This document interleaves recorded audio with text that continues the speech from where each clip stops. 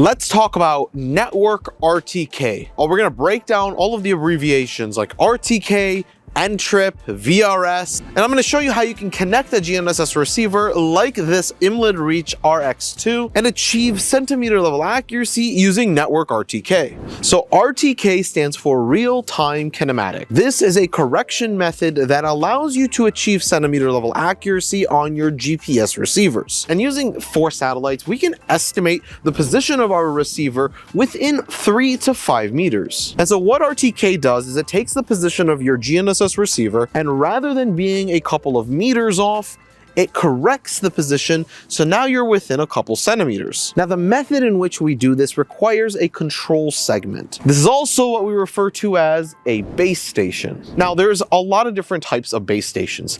This base station right here is actually another GNSS receiver. This is Emlid's Reach RS4. And what this base station does is it stays static in one position, observing the same satellites that our rover GNSS receiver is observing. And because we're in one known location, it's going to send all of those corrections in real time to our rover. This is the essence of RTK corrections. You have a base station, you have satellites, and you have your rover, and they all work together to give you your centimeter levels of accuracy. Now, what if you don't have a base station? What if you just have one receiver and you're just trying to use this one receiver to get centimeter level accuracy? Well, that's where Network RTK comes in. Using the network transport of RTCEM via Internet Protocol, otherwise known as NTRIP, can provide us corrections over the internet, making it possible to get RTK corrections with just one receiver. And so that's kind of where this market for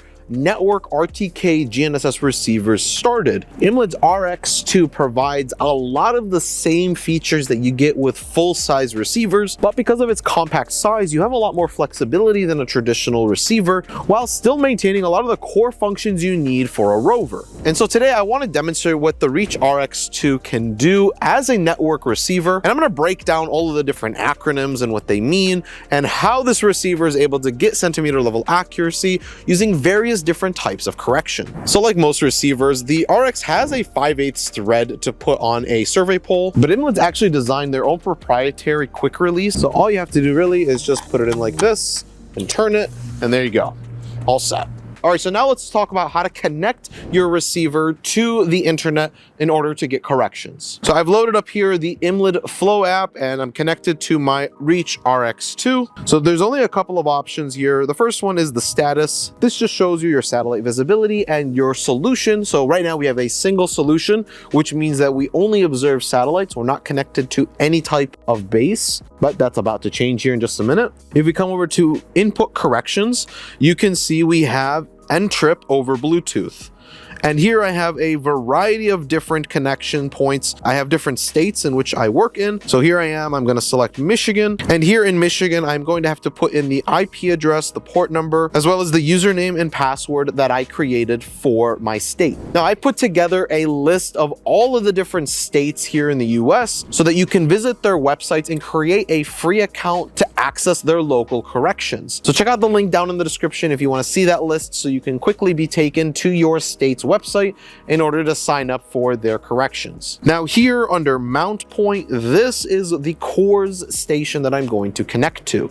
CORS stands for the continuously operating reference station, and these are physical base stations that were set up by the state. They look something like this. They're continuously being monitored and have a fixed position that never moves, and their corrections are being broadcasted over NTRIP, and we're able to connect to them using a mount point. So Michigan actually gives us the option to connect to the nearest mount point. So that is what I have selected here. And now I can just say save. And so now if I go back to my status, it says here I am float, which means I have corrections coming in. I just don't have enough satellites in view. You can see the yellow light that tells us we're float. If we just wait a second, there we go. Now it's green. And if we look here, we have a fixed solution. And that means that we are now getting network RTK corrections through NTRIP thanks to our local CORS station. Now, some some states actually offer a virtual reference station, or VRS. VRS will take several base stations in your area, average out the corrections between all of them, and then give you a virtual solution over the internet that you can connect to. If I switch my input corrections here and I go to Ohio, and under Mount Point, I can see the VRS corrections that they are offering, because that is how Ohio operates as a state. So Network RTK works regardless if you're just connecting to one core station or if you're connecting to the VRS. You are going to be getting corrections through NTRIP and giving you your RTK solution. Now, if you have a physical base station like I do here, you can actually broadcast your position using the Emlid Caster.